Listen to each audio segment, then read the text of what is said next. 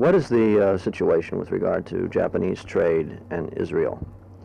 Well, Japan as such is not boycotting Israel, but there are a number of major Japanese companies, conglomerates, in the billion-dollar area, which for reasons of Arab boycott threat have been refusing for many years to trade in Israel.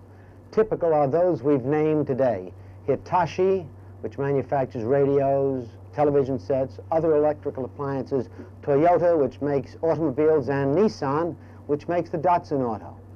These three companies, for now almost 10 years, have been ducking and dodging and skirting invitations to sell their equipment and their merchandise, their products, in Israel.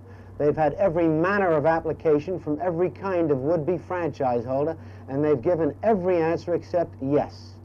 And our documentation after years of investigation indicates that the three companies are taking their position, and it's thus far an intransigent one, because they've submitted to Arab boycott regulations. Why would you say that these companies are doing this? Is it part of some anti-Semitic feeling? No, I don't think anti-Semitism plays any role whatever in the attitude of these Japanese companies.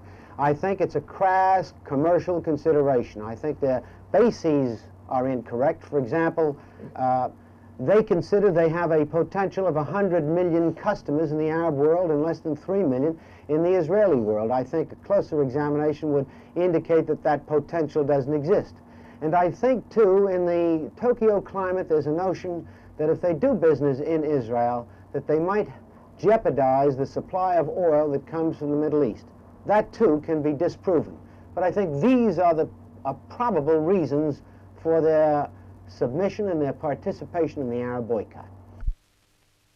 In terms of this, what is your reason for bringing this before the American people? Well, the American people has an abiding faith in the freedom of commerce. They believe that they have a right to buy and sell from whom they please for their own good or bad reasons without someone else interfering.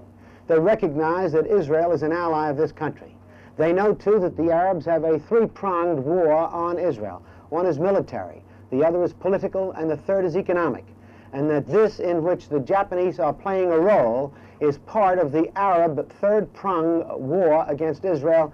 And we think, if the American people know it, it will create a sentiment, an attitude, an American public opinion which the Japanese could not very properly blink.